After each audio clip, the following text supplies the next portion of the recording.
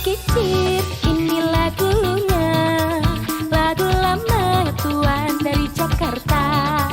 Saya menyanyinya Tuan memang sengaja untuk menghibur hati yang duka.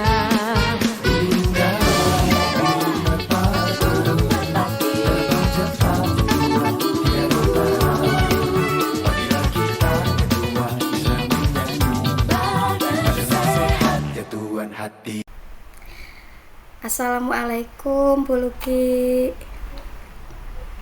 Waalaikumsalam Bu Puji. Bagaimana kabarnya Bu? Alhamdulillah sehat walafiat Bu, hanya sedang sedikit serak suaranya. Sebelumnya terima kasih ya Bu, sudah saya mau ajak ketemuan, pengen ngobrol nih Bu. Sama-sama Bu. Kebetulan saya ada waktu luang, jadi bisa menyanggupi ajakan jenengan. Kira-kira apa tujuan dari pertemuan ini ya Bu? Jadi gini Bu, saya pengen curhat tentang permasalahan yang sedang saya hadapi di sekolah.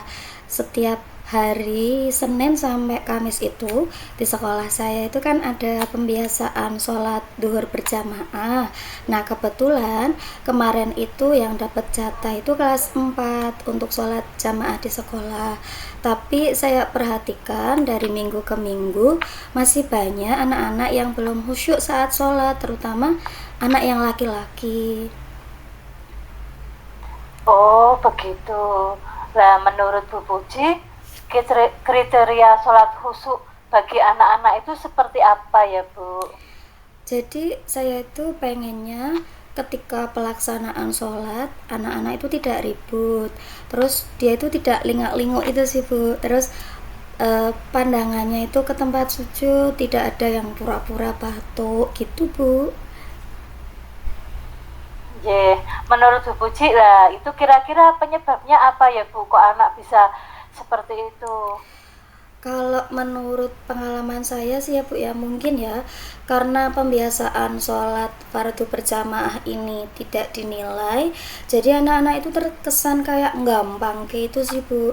Mereka kurang serius dalam melaksanakan pembiasaan tersebut, padahal di situ saya mendampingi mereka ketika pelaksanaan sholat berjamaah itu.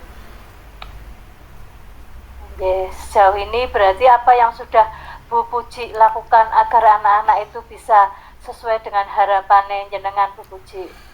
Biasanya sebelum pembiasaan sholat itu anak-anak saya beri wejangan Bu tentang apa itu makna sholat. Terus kalau sholat itu salah satu bentuk rasa syukur kita kepada Allah. Kita juga bersyukur kepada Allah karena Allah sudah memberikan nikmat yang luar biasa kepada kita.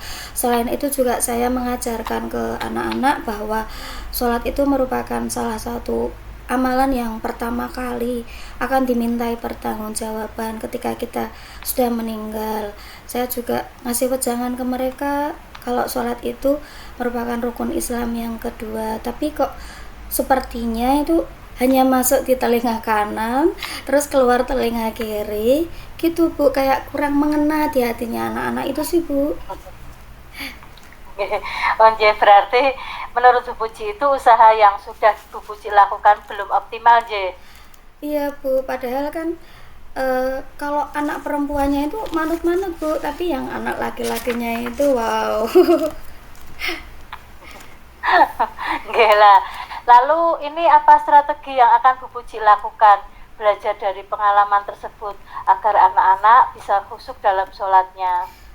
Saya kepikiran seperti ini Bu, saat bulan Ramadan itu kan biasanya anak-anak dapat buku kegiatan Ramadan ya Bu ya, BKR itu sih.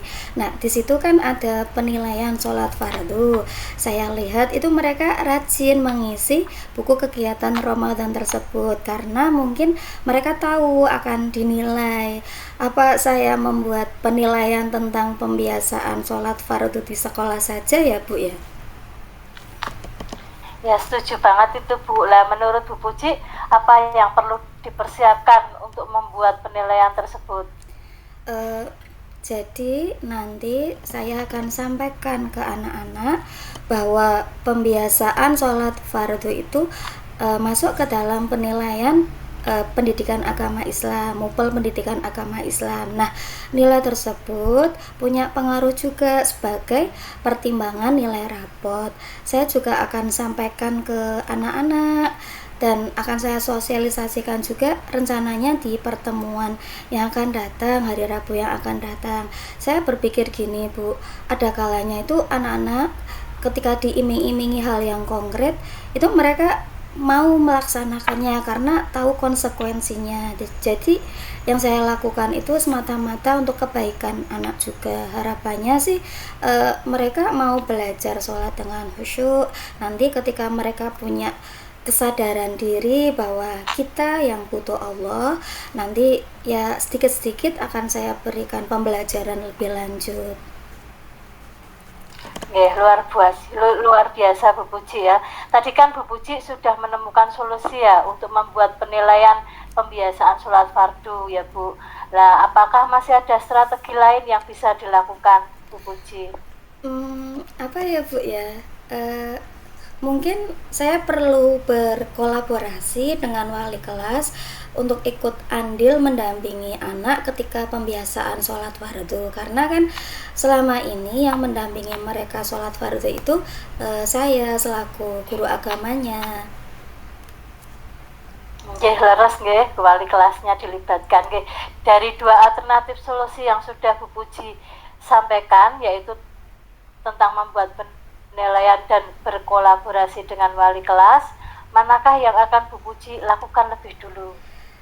Saya akan coba praktekkan solusi yang pertama dulu kayaknya deh Bu, yaitu mensosialisasikan penilaian pembiasaan sholat fardu ke anak-anak, karena menurut saya itu lebih mudah mengeksekusinya.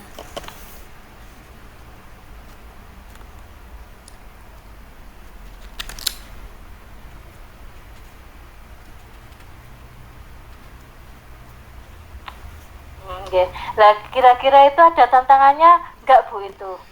Kalau untuk solusi yang pertama sih saya kira nggak ada tantangannya Bu. Yang perlu saya lakukan kan hanya menyampaikan ke anak-anak bahwa pembiasaan sholat fardu itu akan menjadi salah satu pertimbangan nilai rapot Bu.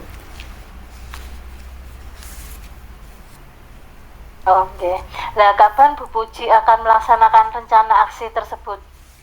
Rencananya secepatnya sih Bu, mungkin minggu depan akan coba saya laksanakan rencana aksi tersebut. Oke, nah, lalu adakah pihak lain yang bisa membantu Bu Puji dalam menjalankan komitmen tersebut Bu? Paling ya saya berkolaborasi dengan wali kelas sih Bu, soalnya kan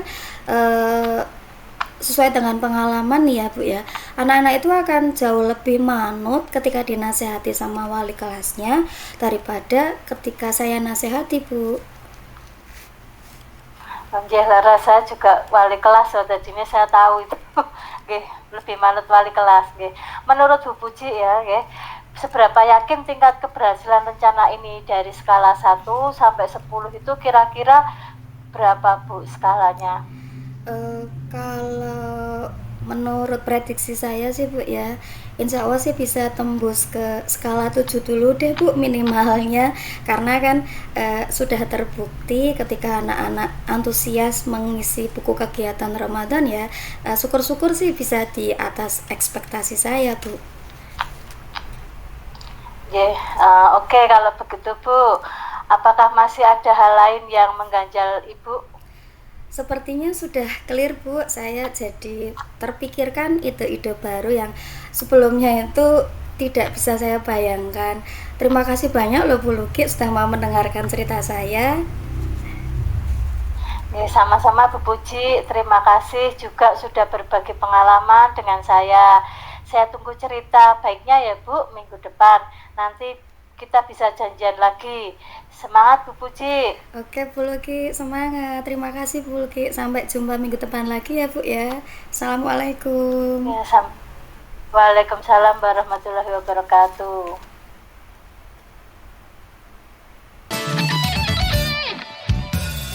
Sore-sore padang bulan, ayah konco pada dolanan, rene-rene bebarengan, rame-rame dagang gojekan. Asale sakatelo ikutan dane opo, asale sakatelo atine rada gelo. Ojo ngono mas, ojo ngono, kado janji mas, aku mencoba.